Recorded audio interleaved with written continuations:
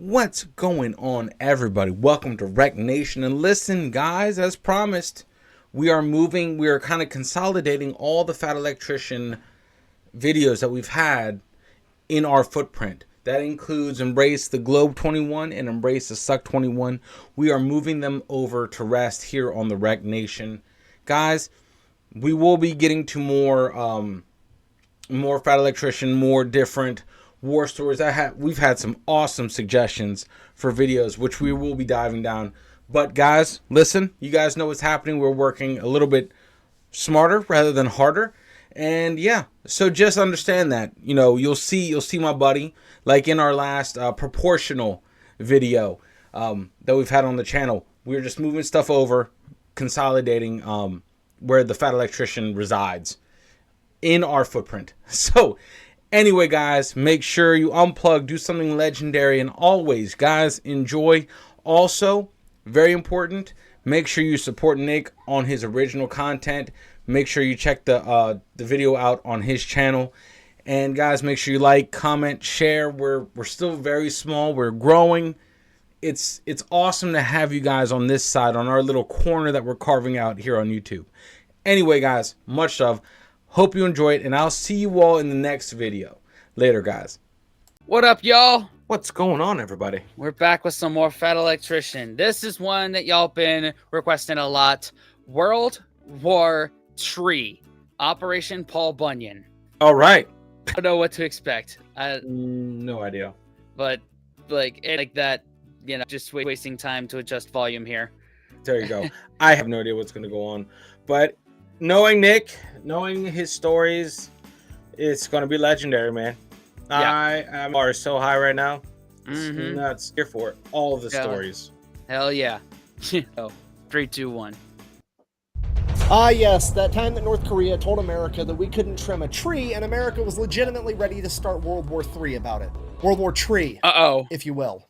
Oh, okay. Today we're talking about the Korean axe murder incident and America's response to that incident, Operation Paul Bunyan. But first, this video is brought to you by the two biggest sponsors of the channel. We've got Zydax custom gaming PCs, computers built right here in America with American-made tech support, and they have a lifetime warranty. They can build you anything you want to any spec you want, but also they have some that are already pre-built and ready to ship. And then, of course, my favorite sporting goods store, Shields. They've got over 30 amazing retail locations all across the United States. I'm not just saying that because they're giving me money. It's legitimately the best sporting goods store I've ever set foot in. But if you don't live near one of the retail locations, they have an even better online store with price matching and satisfaction guaranteed. I'm gonna have links and discount codes for both those sponsors in the description down below and on my website, thefatelectrician.com. Let's get back to the video. All right, once upon a time, July 1953, North and South Korean leadership would meet in a small village known as Punjong, right near the 38th parallel, where they would sign an armistice that would technically only pause, but essentially end the Korean War. From this moment forward, we have the official military demarcation line, essentially the line in the sand separating North and South Korea. Surrounding that demarcation line is a 2.5 mile wide, 160 mile long buffer zone known as the DMZ, the Demilitarized Zone. And that's pretty much it. The Iron Curtain goes up, North Korea becomes the world's largest secret society, and the entire world gets to stand by and watch as there is a competition between capitalism and communism to see which one is actually better. And well, 70 years later, the results are visible from outer space. Yep. Wait, let me guess. You're going to say that's not real communism. Well, I'll tell you what. Every time anything bad happens under capitalism, I'm just going to respond by saying, oh, well, that's not real capitalism. How about that? Fair. Buh. Yeah.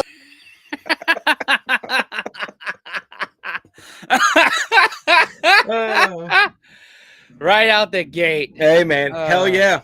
Preach. I'm there. Oh, man. That's what I thought. Anyways, that village where the treaty was signed would go on to become the JSA, or the Joint Security Area, and in theory, this was supposed to be the only point where North and South Korean forces could intermingle. The North Koreans could pass the armistice line into South Korea, and vice versa, provided everybody stayed within the confines of this particular village. Obviously, the point of having a place like this was so that everybody could have a place to exchange prisoners, have peace talks, what have you, but naturally, the intermingling of North Korean and UN forces over the course of time would lead to a bunch of fights breaking out. Luckily, They foresaw this coming, and there was very strict rules about having firearms inside of the JSA, and generally speaking, nobody really ever had them on them. Despite that, there was so many skirmishes so often that the UN would try to get North Korea to agree that they should still abide by the demarcation line. North Koreans stay on their half of the JSA, and South Korean and UN forces stay on their half of the JSA. North Korea consistently refused. And that's all the background info you need. So, fast forward, August 6, 1976. Inside the JSA, there's a bridge. That bridge is called the Bridge of No Return because once you cross that bridge, you not only cross the military demarcation line, but you also cross the border to the JSA, meaning that you are now inside of North Korea, hence the name, the Bridge of No Return. As you can see here on the JSA side of the bridge, there is military checkpoint 3. As I'm sure you can imagine, that's very important because, well, if the North Koreans are going to attack, they're probably going to incorporate that bridge somehow. They've got a military observation post right there. If the North Koreans are coming, they're going to send off the warning. Next thing you know, all of America knows that you're here. Uh-oh. Now all of the UN knows that you're here. Alright, but the problem is, right next to checkpoint 3, there's a big-ass 100-foot high poplar tree, and that tree is blocking the vision from all the other checkpoints from being able to see checkpoint 3, meaning that in theory the North Koreans could invade, take out checkpoint 3, build up a big enemy force while using this tree as cover, and then take out the rest of the JSA. So, this tree is a security issue, we gotta get rid of it. Okay, so this is not a big deal whatsoever. That tree is inside the JSA, it's on the South Korean side, so it's technically in South Korea. So they send out some South Korean soldiers with some axes, they're gonna go chop down this tree, that's gonna be the end of it, no big deal whatsoever. Then the North Koreans show up being dicks and they're like, no, you're not allowed to cut this tree down because we said so. That's why. And the South Koreans are like, what? Okay, well, I'm going to go get the Americans and then we're going to come back and then we're all going to cut down the tree together. Bye. All right, fast forward a couple weeks, August 18th, 1976. This time, a 15-man working party comprised of Americans and South Koreans show up at this tree to cut it down. And once again, the North Koreans show up almost immediately. This time, there's 11 of them, and they are being led by an officer nicknamed the Bulldog because he is well known and has a reputation for starting shit inside the JSA and instigating a bunch of fights. Uh-oh. He then proceeds to tell the Americans that they have to stop trimming that tree because that particular poplar tree was planted by none other than Kim Il-sung, the founder of North Korea. To which the Americans, I'm paraphrasing obviously, but they were like, oh really, did he? He planted this tree? Kim Il-sung, the same guy that you guys think invented the hamburger and the burrito, and the first time he ever golfed, he golfed a 38 under par with 11 hole-in-ones, and his body's so efficient that he doesn't have to use the bathroom because he doesn't generate waste. That guy, he planted this tree. I don't give a shit. So they turned around and kept... Have you ever seen the movie The Interview? Yes. Yes. Yeah. Pretty And much. you know, when the guy is interviewing Kim Jong-un, I think his name is, how he is exposed for not being who he is the fact that he shits himself on TV. Yep. And all hell breaks loose. No, man, it's, you know, I think we touched on this on our what is it, Geography Now, South Korea? Yeah. Right? When you're like, I would love to go there. I'm like, I don't, this is the reason I don't want to go anywhere near that DMZ. Yeah. Yes. I talk a lot of shit. I'm not gonna do that. I'm just like far away from that place as possible. Because if it pops off, it's gonna pop off there. That's the place where it pops. Yeah. I mean, I'm the same person that puts my hand in Into a fire. a fire. To see if it's hot. So it's cool. It's cool, man. But yeah, no, okay. I mean, pretty much that's what it is. It's just like the everyone just spouting bullshit. You know, they want to cut a tree down for tactical reasons, and now North Korea is being big babies. Yeah, because they know that you could see the third post or whatever it is. Yep. Yeah. Oh well. Because he doesn't generate waste. That guy, he planted this tree. I don't give a shit. So they turned around and kept cutting down this tree. So at this point, Officer Bulldog sends a runner across the bridge of no return into North Korea. A couple minutes later, 2 trucks show up with 30 more North Korean soldiers, and they all get out with clubs. At this point, Officer Bulldog tells the working party again, stop cutting down the tree or else. And the working party, under the impression they're not actually going to do anything, ignores them and just keeps cutting down the tree, at which point Officer Bulldog famously takes off his watch, wraps it in a handkerchief, sets it down, and yells, "Chukyo," meaning kill in North Korean, at which point All of the soldiers attacked the members of the Working Party. Every member of the Working Party Wow. was injured and 2 Americans were killed. Wow. Shit has officially hit the fan. The entire US military is put on DEFCON 3, which is the highest level of readiness that the military can. Oh, okay. DEFCON 3. That's nuts. You just killed 2 Americans over a tree. Get ready. Get ready to get fucked is what you're. Yeah. You don't mess with the US military. Go to without actually being at war. The president and the Joint Chiefs of Staff are dragged into the bunker underneath the White House to begin getting briefed by the CIA, and North Korea is shitting its pants because a couple of their guys just may have kicked off World War III. Within 4 hours, the North Koreans issue a public statement trying to pin the entire thing on America, saying the Americans that were there instigated the entire thing and it's their fault. Then North Korean leadership goes before the Non-Aligned Nations Committee, which for the purposes of this story, just think of it as like not NATO, here's the Non-Aligned Nations. You get the idea. They then try to pass a resolution that says they should all condemn America for our violent actions, and America needs to leave the Korean Peninsula altogether, and somehow this passes. At which point America basically looks over and says, that's nice that you guys passed a little rule, go ahead and try to enforce it, I dare you. Whatever you're thinking, you better think again, otherwise I'm gonna have to head down there, and I will rain down an ungodly fucking firestorm upon you. You're gonna have to call the fucking United Nations. I am talking scorched earth, motherfucker! I will massacre you! I will fuck you up! Meanwhile, inside the Oh, man. Ah. Pretty much sums it up, man. Yeah. I appreciate the part from Tropic Thunder. Yep. Mhm. Yep. One of my top 5 movies, guys. Just letting you guys know that. Mhm. Oh, man. Well done. Well done. Massacre you! I will fuck you up! Meanwhile, inside the president's bunker, all kinds of crazy ideas are getting thrown around, some of which include bombarding the entire DMZ with artillery fire, using Navy SEALs and precision-guided munitions to take out the North Korean barracks inside of the JSA, essentially killing all the North Koreans that had anything to do with this, destroying the Bridge of No Return, and my personal favorite, just dropping a nuclear bomb off the coast of North Korea just to prove a point. At this point, the president chimes in and he's like, no, this has to be an appropriate response. We don't want to overkill this situation and kick off World War III. So that begs the question, what is an appropriate response to the president? Well, that depends on the president, and the president at this particular time was none other than Gerald Ford. You see, that's absolutely terrifying, and most of you have no idea why, because Gerald Ford doesn't have much brand recognition in modern times, so let me fill you in. Gerald Ford played college football at the University of Michigan and had offers to go to the NFL from the Lions and the Green Bay Packers, and turned both of them down because he wanted to be a boxing coach at Yale before he went into law school to become a politician.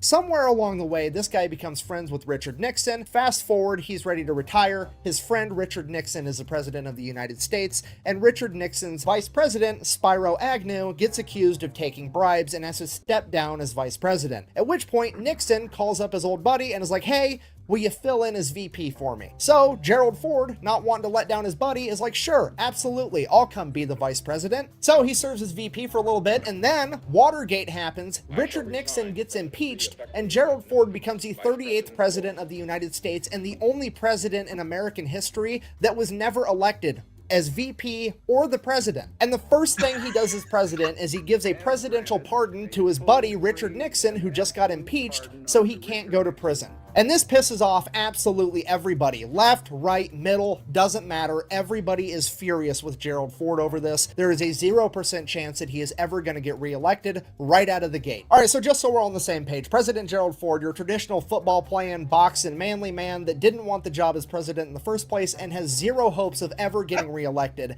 as well as having a history of being willing to sacrifice his personal image and the future of his career just to help out the homies. And we're going to find out what this man deems as an appropriate response. But one thing's for certain, and it is that popular tree is absolutely coming down. Fast forward 3 days later, August 21st, 7 a.m., a bunch of American and South Korean vehicles roll into the JSA, and Operation Paul Bunyan would officially begin. Inside of those vehicles, there is a 16-man tree trimming crew, and they are being escorted by 2 platoons of American grunts, roughly 60 guys, all carrying axe handles and pistols, ready to teach the North Koreans a lesson if they decide they want to try to stop them again. Now, is there supposed to be 60 60 guys in the JSA carrying firearms. No, but they're just carrying pistols. It's the smallest gun Uncle Sam has to offer because America is trying very, very hard to be appropriate. Also, they brought a tank, which, as you can see, There goes the whole being appropriate thing. I love it. Oh, I love man. it. You know, but that's terrifying. That's terrifying when you have a president that has absolutely nothing to lose. Yeah. And I didn't know about that about Gerald Ford. He was never Yeah. elected in. Yeah. He's the Ever. only one in history. Like George Washington, like his first term, he was appointed, but then he was elected for his second term. Yeah. But yeah, He just was the right call. He was the right call. And then so happened that he was the president. So fucking terrifying. like that should be made into a movie right there of Gerald Ford's ascension to the presidency. Yeah. That's And crazy. then this part right here, Operation Paul Bunyan. Yeah. Oh my God. He has nothing to lose. He doesn't give a shit about the public. The public didn't elect him. He is his buddy's friend first. And the public's president after. Yeah. That's why friendships are so important. Yeah, sometimes it pays to have friendships with the rich men north of Richmond, you know? Hey, man, if your bro is the president and he's like, hey, you want to be vice president? Sure, man. Cool. Yeah. Like, all right. And then he gets outed. Well, guess what? The first thing I'm doing, like, hey, you're not going to prison. Don't worry about it. Oh, man, I love that. It's actually kind of genius. Yeah. If you think about it, I know we're just talking about Ford, but still, that's kind of genius. Yeah. Like you call your bro up as a president, he becomes vice president. You know he's got your back no matter what, and it turns out in your favor. Yeah, like that's some of the luckiest shit ever. Yeah, and he got protection, like Secret Service protection, for the rest of his life. Which is what all ex-presidents have. And he didn't have to do shit. He didn't have to do shit. It's like, fucking, I'll do whatever the fuck I want. That's terrifying. Oh, all right. See, is basically a really small tank with a snowplow on the front and an enormous gun. That's huge. It's average, okay? That's pretty pathetic. Hey, even if it is a little bit on the smaller side of average. A single grain of rice can tip the scale. And if that wasn't enough, they're also being backed up by 64 Black Berets, the South Korean Special Forces guys, one of which would actually go on to be the president of South Korea, Moon Jae-in. Okay, here's the deal with the Black Berets. As a minimum requirement, every single one of them has to be a black belt in Taekwondo, and I know what you're thinking. My nephew got a black belt in Taekwondo from the YMCA when he was like 13 years old. Big deal, okay? I realize it's the same word. Trust me, it's not the same thing. These guys could kick the shit. Taekwondo's not even going to come into play because as all the vehicles pull up, the 16-man tree trimming crew runs out. They start cutting down the tree. The Americans get out with their pistols and their axe handles. The South Koreans pull up, they get out, and they start unstrapping something from the bottom of their vehicles. Against the orders of their president, they had all snuck in M16s, grenade launchers, crew-served weapons, anti-tank weapons, and some of them even had claymores strapped to their chest. The South Korean Special Forces has officially come to party. At this point, they're looking over at the Americans like, really? You guys brought axe handles and pistols? What are you doing, playing fucking Jenga? At this point, the Americans... Damn. Oh, we were unprepared. You're just like, okay. Could you imagine the scene? Like the Americans with their handguns and their axe handles are like, all right, let's cut down the street. I got a pistol. And all these guys are unstrapping serious heat from their weapon, from their vehicles. The Americans are like, oh shit, bro. I'm about to kick this off. Like, yeah, man, we're ready. That's a different level right there, man. Okay. Woo. Okay. South Korea came to win. Hell yeah.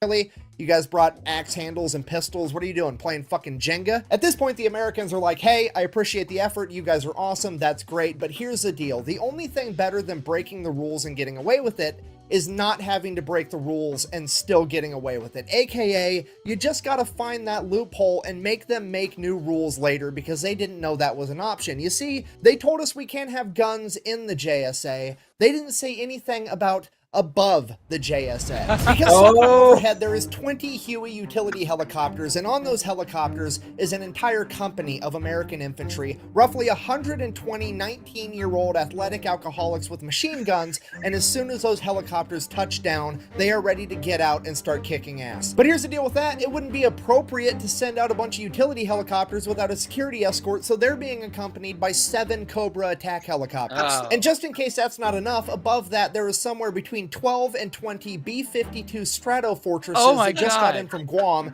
that are now doing hot laps around the entire demilitarized zone, each of which is carrying like 70,000 pounds worth of bombs, some of which were allegedly nuclear warheads. In addition to that, there's an entire fighter squadron of American F-4 Phantoms that just got in from Okinawa, and a bunch of South Korean F-5s, as well as a bunch of American F-111s that just got in from Idaho. In addition to that, there's roughly 10,000 troops on standby just inside the South Korean border, ready to run in if they're needed, and on top of that, there's another 12,000 troops already en route to South Korea, just in case. Oh, and now the USS Midway, a fucking aircraft carrier, and her entire security detail are parked off the North Korean coast. And all of this was done in the span of 3 days. America has probably just conducted the greatest showing of force ever, and turned this poplar tree into the largest game of fuck around and find out in human history. Jesus. Okay. All this over a tree. I love that. A damn tree. No, technically, for 2 fallen soldiers, fuck them. Appropriate response. Don't fuck with us. Yeah, You yeah. know? At the two soldiers, but that's how it started. Was the tree? Yeah. Could you fucking imagine? You're a soldier, just like, oh wait, like you got pistols and axe handles. We got machine guns. Like, I see your machine guns, and I raise you the full might of the Air Force and Navy. Look up, like, holy shit, about to wipe stuff out. Talk about like escalation. That's like, you're ready to start the full like front of a war. Like, hey, you want it? Let's go. That's nuts. That's why we're so arrogant and so, dick waving. USA, USA, because our military could take out your country 20-fold. That's what billions and trillions of dollars of military spending get. You know what I mean? We better have the best shit. Exactly. But my thing is, it's like, if let's say I push you, you push me, and then my friend comes out with a bazooka, and it's like, fucking let's go. Pretty like, much. Whoa. Let's just chill out here for a second. Can we talk about this? Yeah, let's just like that doesn't kill, like, you don't kill me, I kill me, and I kill everyone.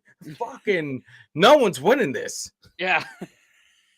Like, yeah, it just escalate very quick. I love that. Oh my god. Oh, I'm like, so yeah, my abs hurt. That's absolutely nuts, man. That's and in 3 days. That's crazy. That's like, talk about response time. That's freaking insane to get that much personnel at that time, like, to be in that area. That's crazy. That does, like, holy shit, man. Holy shit. That aircraft carrier and its group, the carrier group, has to be traveling at like warp speed. That's nuts. Oh man, okay.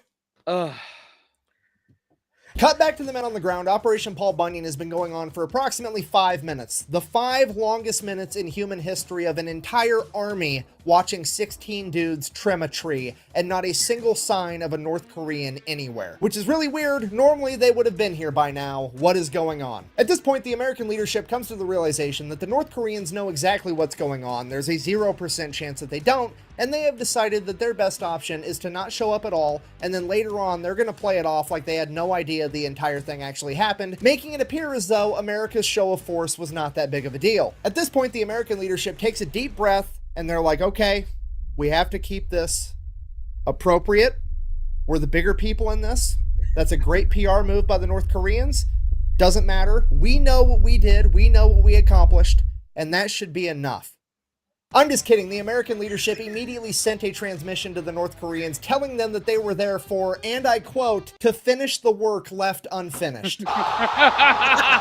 Now, the North Korean frontline communications just go absolutely nuts. We know this because American intelligence was monitoring their frontline communications, and one of the intel analysts that was listening said, and I quote, "This move blew their fucking minds." At this point, the North Koreans are absolutely terrified, but they have to do something because they've got way too much pride not to. So, all of the North Korean troops in the immediate area are ordered to go to the Bridge of No Return. Within a matter of minutes, a bunch of trucks pull up on the other side of the Bridge of No Return, and 150 North Korean soldiers get out, and they proceed to stand there and watch silently for what I presume to be the longest 35 minutes of their entire lives as they watch the Americans finish cutting down this tree. And that's pretty much it. The Americans finished trimming this tree. They left a big ass stump there so the North Koreans never ever forgot about it. And then once that stump rotted away, they put a plaque there in honor of the two soldiers that lost their lives, Lieutenant Mark Barrett and Captain Arthur Boniface. North Korea was then also ordered to pay reparations to their family members. In addition to that, the North Koreans issued a statement saying the entire situation was regrettable, which according to the experts is the closest thing to an apology that you will ever get out of the North Koreans. And then to absolutely everybody's surprise, on August 25th, the North Koreans come back to the negotiating table and they're like, hey, remember that idea you guys have had for like the last 20 years where you wanted to split the JSA in half to separate North and South Korean forces so a bunch of dumb shit didn't happen?